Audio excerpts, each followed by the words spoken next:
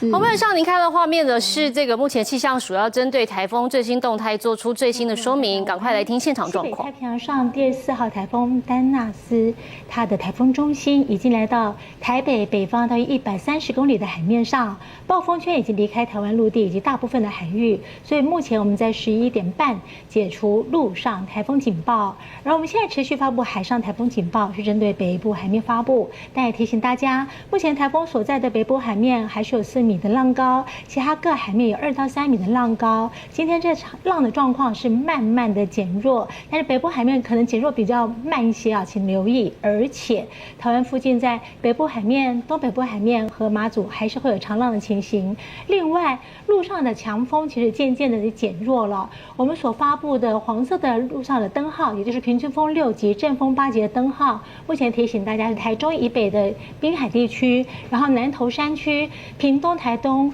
以及在澎湖和马祖。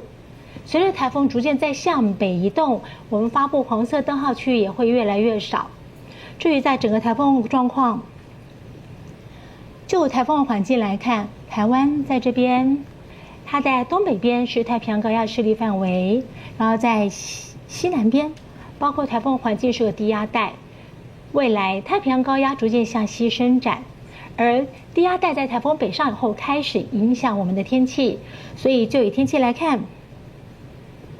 我们来看一下现在的雷达回波，目前的降雨已经和昨天形态完全不一样了哈。整个东半部地区、澎湖甚至南端的横穿半岛的雨渐渐缓和下来，但是台风离开，它的外围环流还是带来一波一波对流云系。早上在台南、高雄还是有明显的降雨，而目前也看到还是有一些云系移进。至于现在在西北部陆地也有明显的降雨，当有红色回波移到我们上空的时候，就可能带来瞬间的强降雨、闪电、雷击、强阵风的状况，这是目前的现况。那随着台风移动，未来它的移动的路径，我们来看一下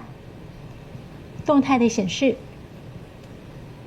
当然，它未来还是会渐渐的往偏北的方向，强度还会再减弱。但是在刚刚我们说太平洋高压会向西伸的过程中，到明天还逐渐向西的方向移动。那当然，全世界目前对于它向西偏转的角度还是有些不太一致，这部分我们持续观察。但是如果台风的移动方向、速度和强度预估如我们所预估的话，我们将在傍晚前后会解除海上台风警报。那就陆上的降雨，刚刚我们有提，目前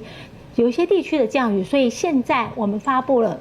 豪雨特报区域，已经和之前也不太一样了。提醒大家，今天西半部渐渐降雨的情况之下，在台南、高雄、屏东可能会有大雨或局部性的豪雨。另外，台中以北的地区、中部山区和台东地区会有局部性的大雨。也还是提醒，随着台风外围环流的影响，对流云系发展的位置会不太一样，发布豪雨或大雨特报区域也会调整。而至于未来的天气，明天开始，我们就会受到我们说向西移上来的低压带的影响。明天开始到星期五受到低压带影响之下，明天在中南部地区断断续续会有短暂阵雨或雷雨，其他各地是下午后雷阵雨的，其中在南部地区可能会出现局部性的大雨势。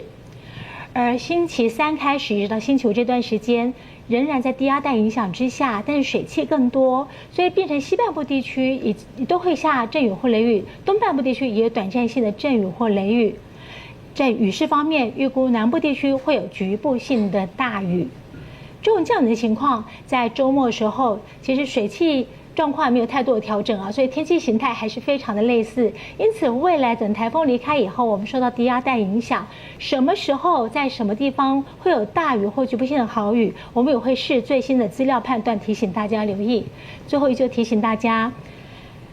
陆上台风警报虽然解除了，但海面风浪还是强，沿海还是有强阵风，大家从事海面或海边的活动要特别小心。另外，我们在降雨的部分可以看到，虽然东半部的降雨停止了，但是未来在山区还是会有下雨，所以大家前往山区或溪谷活动也要特别留意未来的雨势。最终就是大家从事活动前要参考气象署发布的最新资料。以上是今天这一节最新的台风动态说明。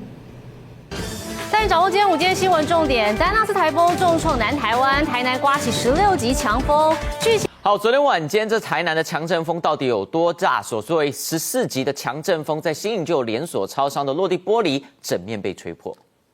丹纳斯台风在台南造成了灾情，透过画面可以看到，这是在台南新营的一间超商。画面中的这个超商呢，其实整个玻璃窗通通都是毁损的状态，除了正面的呢是已经倾斜了45度，虽然呢上面都有贴胶带，但是呢整面是倾斜45度，看得出来受到了强风的袭击之后呢是抵挡不住这个威力。而另外路侧的这个部分呢，整片是掉落砸在慢车道上面，玻璃窗毁了，而里面的这一些货品其实也是七零八落。台风在台南带来的威胁呢，还包括市区里面有招牌掉落，很棒的去侧边的壁面，底下摇摇欲坠。工程人员表示，他们在凌晨3点的时候呢，就来这里帮忙协助拆除这一个大型招牌。不过呢，因为当时的风雨相当的大，因此他们没有办法顺利作业。现在天已经亮了，准备将这个大型招牌进一步的分解拆除之后，才可以顺利移除。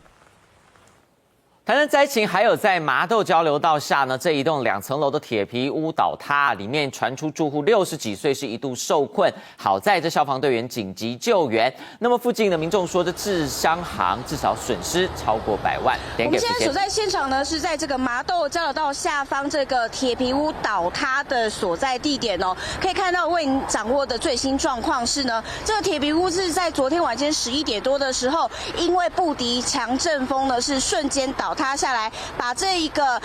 房子全部都给压垮，而且变形。比较惊险的是呢，一开始传出有60几岁的住户在里面受困，邻居还来看有没有人在里头。而现在最新的状况是呢，这名住户其实昨天已经逃生出来了，但是当下的这个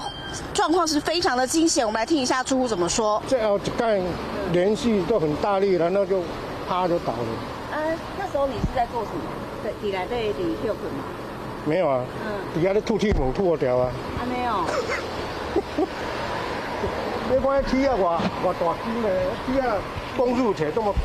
大。好的，住户是还原呢，当时候这个楼顶倒下来，他是双手撑住了这个铁卷门，想要抵御强风，但是最后倒塌下来之后呢，他还是受困在里面，也拍下当时惊险的画面。最后是通知这个消防队到场破门，人才平安逃出来。他在刚刚呢，也是回到了现场来看财损的状况，因为他是制箱的，所以里面的所有的财物，包含他的车子，都被压在这个铁皮下头，损失初估是上百万元。目前呢，也是要等待这个吊车业者来到现场，才能处理后续的状况。以上就是在这个铁皮屋倒塌的现场为你掌握的最新信息。